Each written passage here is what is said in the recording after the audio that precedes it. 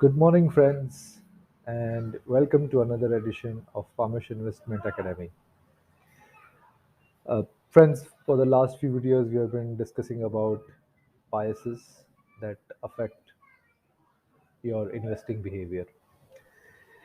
In that series, let's move on to a next couple of biases. Today, we'll be dealing with two biases because I'm dealing with them together because they're kind of sort of related or kind of feed off each other.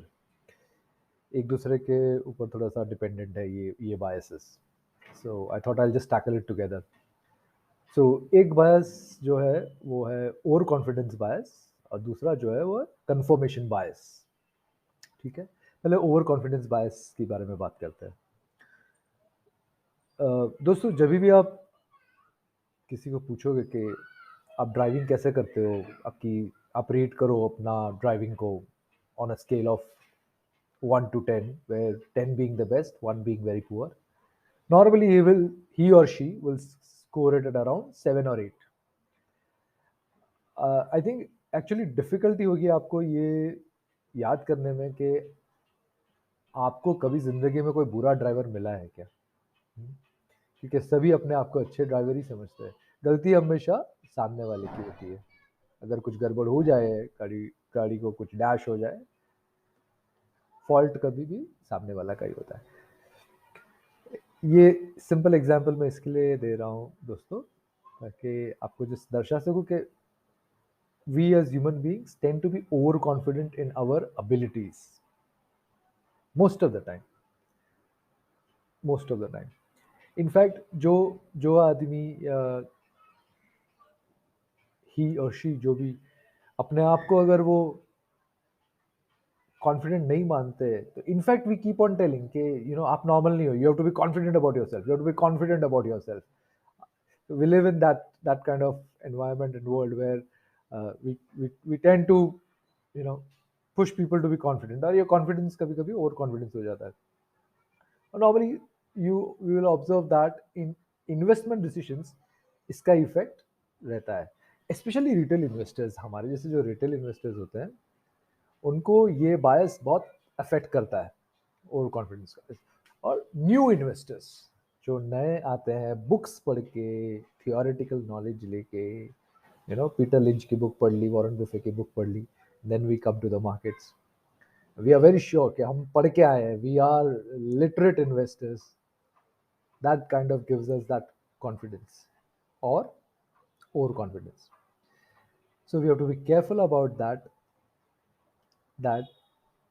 this particular bias does not affect our investment decisions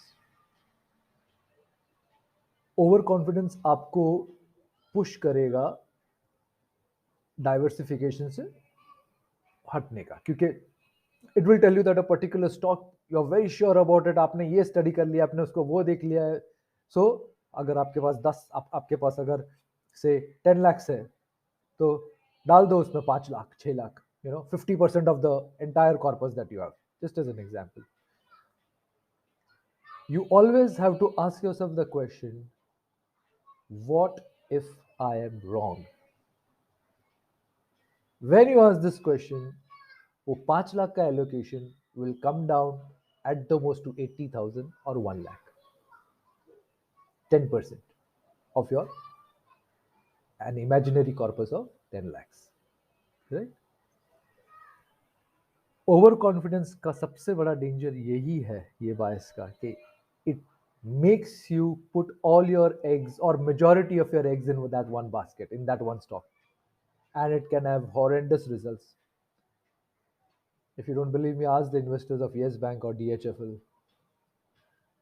or many other stocks you know in the recent past that kind of lost 80 to 90% of their value so overconfidence does have a very telling effect on your investment decisions. Closely related to overconfidence bias is the confirmation bias. मैं इसके लिए related कहता हूँ क्योंकि first you become overconfident and then उस over confidence को feed करता है आपका सो कॉल्ड रिपोर्ट्स, आपके articles on a particular stock that you have found fancy for, which results that you are seeing things which you want to see.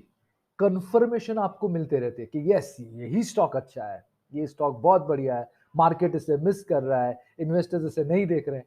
You see good reports, you see reports which confirm to your analysis that this is a good stock to buy. Confirmation bias, in a way, kind of pushes you towards non-diversification. That's why I say that overconfidence bias and confirmation bias are closely related. एक छोटा सा example again. Sometime in 2018, lots of people thought that they've missed the bus with regard to Yes Bank. That stock had gone up to 350, 400. And when it suddenly started falling because of the skeletons tumbling out of the closet, you know, uh, bad loans and evergreening of loans and all that stuff,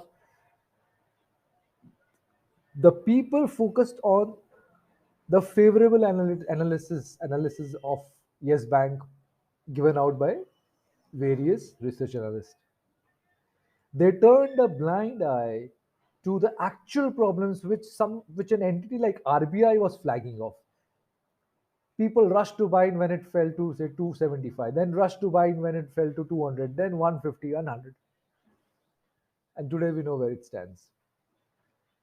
So confirmation bias makes you blind to the other aspects that you should consider. Combine it with your mind's inherent overconfidence, it can be deadly for your investment results. How do you kind of try to save yourself from both? उसके ऊपर थोड़ा 2 minute बात कर लेते हैं. Overconfidence bias, the best way that I can think of is to discuss a particular assertion or a particular idea that you have or a particular belief that you have with another friend of yours or a family member who is good in investments, and he should be able to critically take apart your thesis of investing in a particular stock. He should point out, he should actually you should actually get into that exercise. For example, if you think that a particular stock has a very very good management, then the work of your family member or that particular friend of yours is to kind of negate that by trying to bring out articles or by trying to bring out news or information that falsifies your thesis. So that way you can keep your overconfidence, and also the same applies to confirmation as well. If you cannot, if you are not able to kind of push yourself to find negative,